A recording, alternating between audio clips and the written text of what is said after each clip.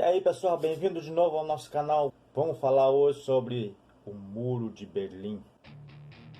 O Muro de Berlim, ele inicia ali na Guerra Fria, tá? Foi o final da Segunda Guerra Mundial, quando os aliados, né, venceram a guerra. Aí começou a divisão de quem ia ficar com quem, né? Qual parte ia ficar para cada um, entre os aliados ali, a União Soviética. Então vamos ver agora como funcionou isso aí, ó. Olha só, fim da Segunda Guerra Mundial, eu vou vir fazendo uma linha do tempo, tá? Começando lá em 1945 até chegar ao final da queda do muro, tá? Para a gente poder entender bem. Eu não posso falar só do muro. Se eu falar que começou o muro foi feito assim, não vai entender por que foi feito o muro e todo o contexto que tem. E no final do vídeo vocês vão ver algumas histórias inusitadas, bem curiosas, de como pessoas passaram, né? Furaram esse bloqueio do muro e conseguiram fugir, tá? Vamos lá. Então, 1945, fim da Segunda Guerra Mundial. Tá? Teve a Conferência de Potsdam. O que foi feito lá? Foi feita a divisão. Divisão da Alemanha. Pegaram a Alemanha e partiram no meio. Então, quem ficou com quem? Fizeram a Alemanha Ocidental e Oriental. Um lado, o ocidental, ficou para Estados Unidos, França e Inglaterra. E o outro lado ficou para a União Soviética. Tá? Isso já foi o início ali ia começar os conflitos aí já da Guerra Fria, porque aí começaram a desentender que cada um queria ficar com uma parte, e dividiram assim. Então, fizeram isso aí, ó. Todo lado cinza, a Alemanha Ocidental dividido por aquelas três potências, e o lado vermelho ficou para a Alemanha Oriental, União Soviética, né? Tá, e no meio disso tudo, olha, como disse o Winston Churchill, né, um famoso discurso lá em Missouri, nos Estados Unidos, em que usou a expressão Iron Curtain, né, ou cortina de ferro, para definir a divisão da Europa em duas partes, oriental e ocidental, impossibilitando a livre circulação entre os dois lados. Mesmo antes do muro, já não podia passar do lado oriental para o lado ocidental. Essa fronteira ali já era fechada, né? Essa divisa entre os dois lados era fechada. Então já existia a cortina de ferro ali que não tinha como passar, tá? Mas vamos lá, vamos ver o que vai acontecendo. 47 nos Estados Unidos foi criado o Plano Marshall, tá? Que seria o que? O Plano Marshall é o Programa de Ajuda Econômica dos Estados Unidos aos países da Europa Ocidental. O nome do Plano Marshall é homenagem ao idealizador, que era o George Catlett Marshall, general do exército dos Estados Unidos. Esse Plano Marshall significava 18 bilhões de dólares para ajudar na reconstrução das indústrias, das edificações, alimentos, essas coisas, para o lado ocidental. Então ficava, por isso que esse lado cresceu tanto, né? Porque ele tinha recursos. Né? Mas em contrapartida, o lado soviético também lançou dois programas, né? Seria o Cominform e o Comecon. O Cominform também é conhecido como Comunismo Internacional Revolucionário, instituído em 47, tinha por objetivo a coordenação das ações dos países ditos como comunistas no leste europeu. Né? E o Comecon era o Conselho de Assistência Econômica Mútua, cumpriu uma função de iniciar a integração econômica entre os países da esfera de influência russa, né, da União Soviética. Vamos lá, agora 48. Vamos ver que a gente está vindo na linha do tempo. Saímos de 45, agora estamos em 48. 48 o clima começa a ficar mais tenso entre eles. Chega um ponto que a União Soviética corta a comunicação terrestre e fluviais da cidade de Berlim, pressionando daí os ocidentais ao conflito, né? O que aconteceu? Eles tiveram que abastecer Berlim por via aérea, né? Só chegando de avião para chegar em Berlim, porque a União Soviética ali, os russos, eles fecharam toda a parte terrestre fluvial, então não tinha como chegar, só por via aérea. Mas daí em 49 essa medida já caiu, esse bloqueio foi suspenso, mas o clima já sempre ficou tenso, né? Foi ficando tenso cada vez mais, né? 49 eles decidiram então fazer a criação das duas repúblicas, separar oficialmente os dois lados. Foi criado dois países separados, um país foi dividido em dois. Os aliados criaram a República Federativa Alemã, daí a bandeirinha, que seria RFA com capital em Dom, tá? Na cidade de Dom. E a Rússia, a União Soviética, ficou a República Democrática, né? Alemã. Veja bem, democrática. Apesar de tudo lá, o nome pelo menos era democrático. Tá aí a bandeira, né? Com a capital em Berlim. Só que tem um detalhe, né? Essa capital em Berlim. Vamos mais pra frente, vocês vão ver. Ó, a Alemanha, além da Alemanha, Berlim também foi dividido. Olha o que fizeram. Berlim cortaram no meio também. Um lado é o Ocidente, capitalista, outro lado é o Oriente, comunista, socialista, né? Então ficou dividido os dois. Um lado tinha o capitalismo, estava tendo progresso, tinha o plano Marshall ajudando ali, né?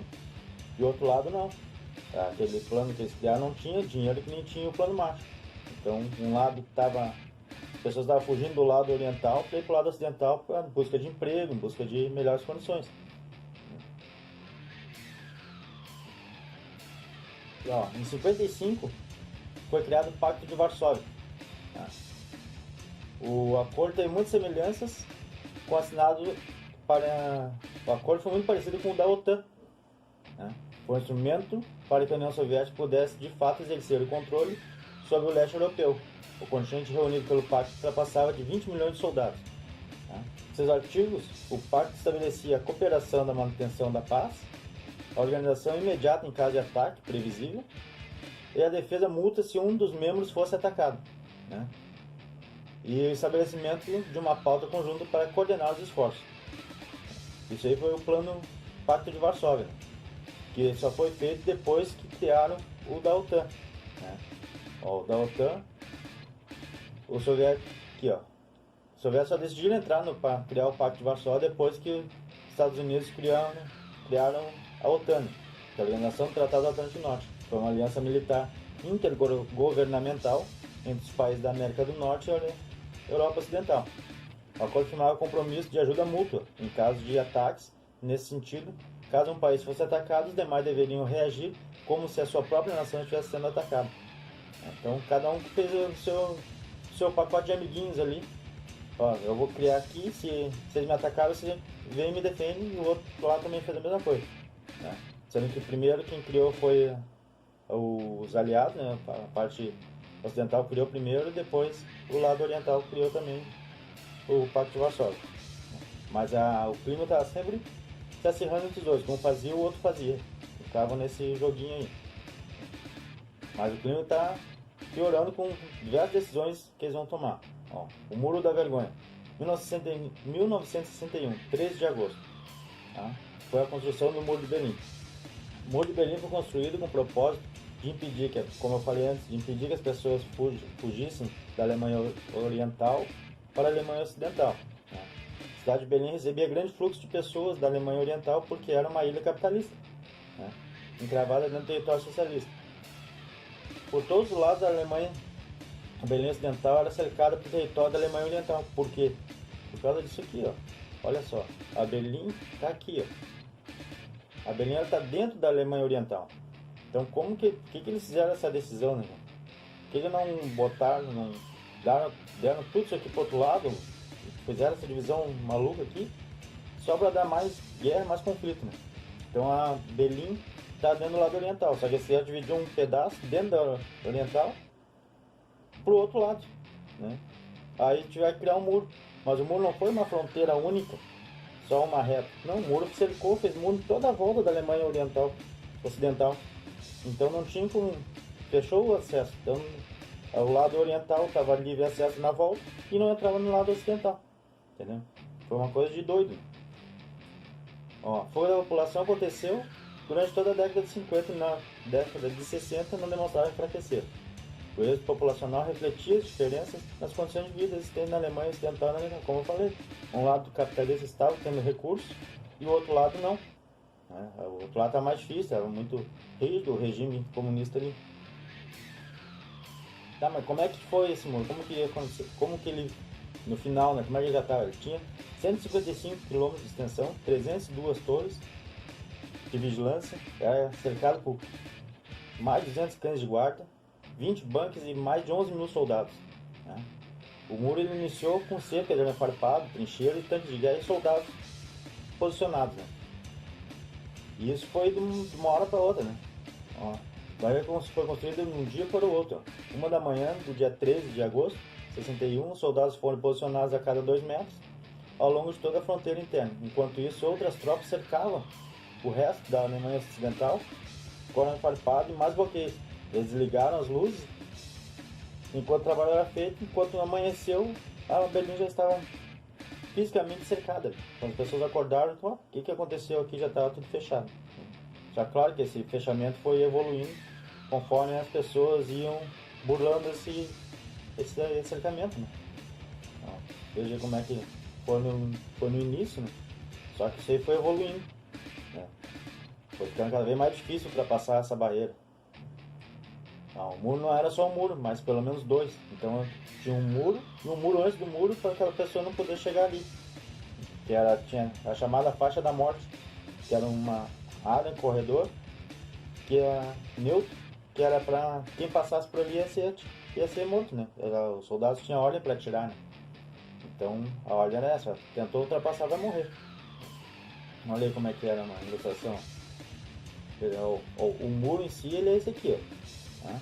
Mas aqui tinha todas essas barreiras aqui, ó. No final já tinha que passar por aqui, câmeras ali, torre de vigilância, os cães aqui, a área da morte, areia. Aqui fizeram um rebaixamento aqui, para a pessoa não chegar ali. Por que estava acontecendo? Sem isso aqui, os carros vinham e batiam aqui direto no muro para cair, né? Só que depois fizeram uma outra alternativa com esse tipo de concreto aqui, que eu vou mostrar para você depois. Olha aí, assim ficou depois de pronto, ó. Veja que aqui, ó, esses muros eles são aqui em formato de L. Porque que acontecia? O pessoal vinha com um caminhão e batia aqui, ó. Antes, quando não era em formato de L, eles batiam e derrubavam o muro. Agora, nesse formato aqui, ó, quando eles batem aqui, esse L faz um... Ele vem assim, ó, o caminhão vem aqui e bate. Quando bate, faz assim, o peso do caminhão traz o muro de volta. Entendeu? Então, eles fizeram um muro que se arruma, né, sozinho. Então, foi muito boa essa ideia, até para questão de estrutura, ficou muito bom mesmo. Ó, mas olha só as curiosidades, ó. O muro ele dividiu tudo, né? Então, ele dividiu até o metrô. Além de todos os problemas inerentes à divisão repentina da cidade, situações curiosas acabaram sendo criadas, como dividir o metrô, por exemplo. Haviam linhas que saíam de Berlim Ocidental, entravam na República Democrática Alemã, que é a Alemanha, no lado oriental, entravam no lado oriental e voltavam ao setor dos aliados, né? A linha existe até hoje e liga o norte ao sudeste da cidade de Berlim. A solução foi fechar as estações. Olha o que eles fizeram: fechar as estações de Berlim sem interromper o tráfego. Então o trem continuou passando, mas na Berlim Oriental ele não parava. Entendeu? As estações foram fechadas, né? E foi criada aí as famosas estações fantasma.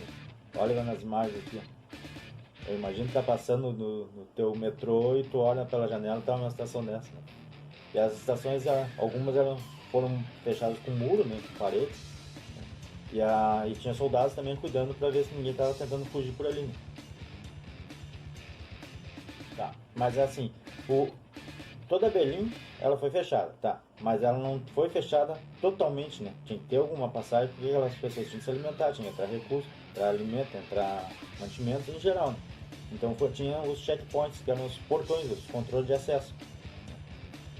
Tinham vários, né? O mais famoso mais conhecido, né? Foi o Checkpoint Charlie. Por que ele diferenciava? Por ali os diplomatas podiam passar livremente, cruzando a fronteira sem se submeter ao controle militar do serviço secreto da Alemanha Oriental. Então ele se destacou por isso, né? Mas aconteceram várias coisas nesse checkpoint, né?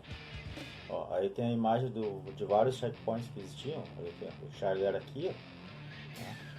Então, mas existiam vários outros no outro lado lá também, lá, para poder atravessar por lá. Mas como a Berlim era aqui, lá aquela divisa tinha pouca movimentação mesmo. O principal era aqui da capital. Mas esse ponto aí, o Checkpoint Charlie, ficou conhecido mais pelo conflito, né? Depois que 2 ministros do interior da RDA, República Democrática Alemã, impôs aos aliados ocidentais que os diplomatas estrangeiros e os militares só poderiam cruzar a fronteira usando aquele ponto, tá? Quando quisesse passar do Ocidente para a Alemanha Oriental sem querer serem controlados. Só que aí, o que aconteceu no dia 28 de outubro de 61, a liderança da RDA quis que também no checkpoint Charlie fosse realizado os controles de fronteira, fosse feito todos os procedimentos, né? Daí quando um oficial norte-americano quis passar para o outro lado, para ir na cidade, para ir ao teatro, foi detido por segurança da Alemanha Oriental. Eles queriam dar exemplo e ao mesmo tempo testar a reação do Ocidente, né? E ela veio de imediato, né? Olha, foi quase no início da Terceira Guerra Mundial. Olha, os tanques ficaram por horas e horas assim, dos dois lados, né? Apontando um para o outro. O grande medo que o pessoal tinha ali, tem documentários que falam de soldados que estavam ali, que algum soldado desse um disparo acidental, né? E isso ocasionaria seria o estopim para a Terceira Guerra Mundial. Qual foi a solução? A solução para o conflito veio após um telefonema entre Khrushchev e Kennedy. Era a primeira vez que era a prova do chamado telefone vermelho do Batman, né? Ou seja, uma linha direta entre Moscou e Washington. Embora os dois políticos houvessem ordenado que as suas tropas reagissem com violência, se caso fosse, né, se recebesse violência era para fazer a mesma coisa, né? Mas naquele momento nenhum dos dois queria um confronto bélico, né? Então Kennedy perguntou ao Khrushchev se seus tanques poderiam recuar um pouco, né, 10 metros, caso os tanques americanos iriam também recuar, né? Daí o Khrushchev aceitou e imediatamente aconteceu uma cena, como diz no documentário, uma cena fantasmagórica, né? Como se manipulado por uma mão do além. Os tanques soviéticos recuaram e depois os tanques dos Estados Unidos recuaram também e se acabou esse conflito, né? Mas foi quase que iniciando a Terceira Guerra Mundial ali. Isso é um dos casos, né? Tiveram várias outras situações que quase explodiu a Terceira Guerra Mundial envolvendo esses mesmos personagens, né? Ó, 1962. Ó, o clima estava tenso mesmo fora da Alemanha, entre os dois personagens de novo. O que acontecia? A crise dos mísseis em Cuba. A União Soviética aponta os mísseis para os Estados Unidos e fica aquele clima tenso.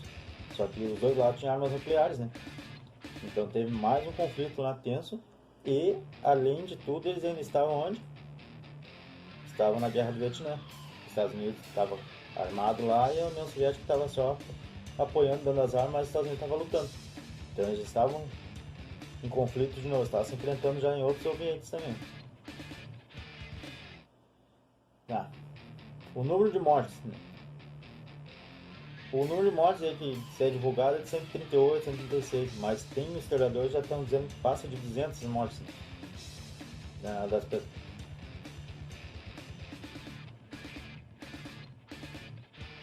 Das pessoas que tentavam fugir, atravessar o muro, né? Agora aqui que eu falei das fugas, né? Estima-se que 10 mil pessoas tentaram fugir, apenas 5 mil conseguiram, sendo que a grande maioria foi por suborno, né? Teve algum jeito ali com os guardas ali que facilitaram a passagem. Mas tivemos casos bem interessantes de a gente ver, né? Por exemplo aqui, ó. Esse aqui no caso é um caso triste, né? Do famoso ali, do jovem Peter Fetcher, que tentou atravessar o muro, ele tinha 18 anos, e foi atingido por um tiro, né? E ali ficou, né? Então levou um tiro na perna, que feriu uma artéria, e ficou sangrando ali até a morte, sem nenhum dos lados ajudar ele. Aqui tem a imagem dele morto aqui, e depois o soldado carregando ele lá. Isso foi um dos fatos, né, bem marcantes das tentativas de fuga. Agora esse aqui foi muito interessante, ó. Roger tinha um plano usado.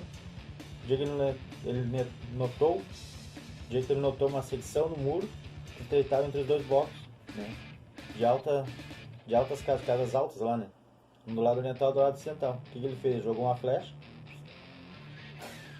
Ele jogou uma flecha. Outro cara pegou lá do outro lado, amarrou um cabo de aço e desceu de tirolesa. Aí ele atravessou de um lado pro outro. Ali a foto, saiu até no jornal, o cara ficou famoso ali e tal. Vamos ver quem mais. ao guarda, né? As fronteiras do leste da Alemanha impediu muitas fugas, né? Tá? Mas o caso mais famoso foi o guarda-fujão, né? Foi de Konrad Schumann. Ele tinha 19 anos, pulou a cerca de arame farpado enquanto o concreto estava em construção. Foi capturado. A sua fuga dramática tornou-se um dos símbolos mais famosos do Muro de Berlim. Olha esse aqui foi muito legal, né? O cara simplesmente alugou um carro conversível, tirou o para-brisa, né? E passou por baixo da cancela. A noiva e a mãe estavam no porta-malas, na parte de trás, e foi embora, atravessou, acabou, tá livre. E esses aqui, olha, um par de irmãos foram separados do irmão mais novo quando o muro foi construído. Mas logo tiveram uma brilhante ideia, para reunir a família de novo. Depois de pegar aulas de voo, né, os irmãos pintaram um par de pequenos aviões com estrelas vermelhas. Né? Eles pintaram os aviões como se fossem da União Soviética. Né? Pegaram alguns uniformes falsos e encontraram o irmão desaparecido e levaram para casa. Entraram lá, voaram, pensaram, pousaram e foram embora. Olha ali a fotinho deles. Né? E foi assim. Tá, agora chegamos em 1885, agora as coisas começam a mudar. Viu que ficou um clima tenso, aconteceu todo aquele negócio, agora até decimo a tendência é mudar um pouco. Ó. Quem assume o governo agora é Mikhail Gorbachev. Tá? É o início do fim do muro. Tá? Ó, lá que assumiu, ele lançou duas medidas importantes da União Soviética, que é o plano Glasnost e a Perestroika. O que são cada uma? Glasnost, ou transparência, né, foi a política que visava aproximar a população das decisões políticas. Porém, também buscava combater a corrupção entre os membros do Partido Comunista. Para se medir o povo ter mais espaço para discutir mudanças que estavam sendo operadas naquele momento. Ó, ele deu anistia aos presos políticos, fim da censura a jornalistas e artistas, liberdade para grupos religiosos e fim do sistema de partido único. Foi permitido aí ter mais partidos para disputar as eleições. E a perestroika? A perestroika é a reestruturação, né? Então chega a acabar com a centralização econômica instaurada por Lenin.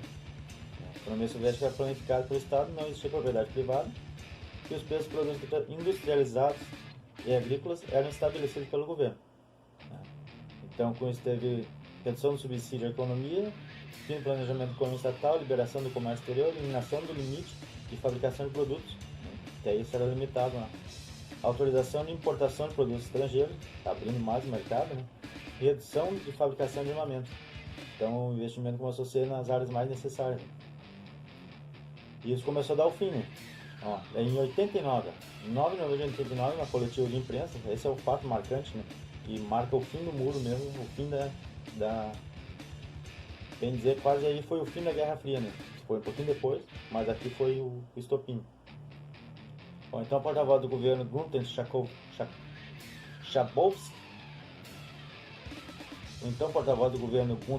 Schabowski, anunciou que qualquer cidadão poderia atravessar a fronteira da Alemanha Oriental sem autorização prévia.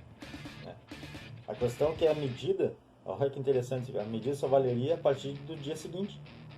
Só que ele estava ao vivo. E então essa norma entrou em vigor imediatamente.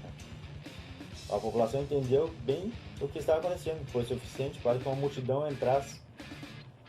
Antes mesmo do término da entrevista, já se aglomerasse na frente dos postos de controle de Berlim.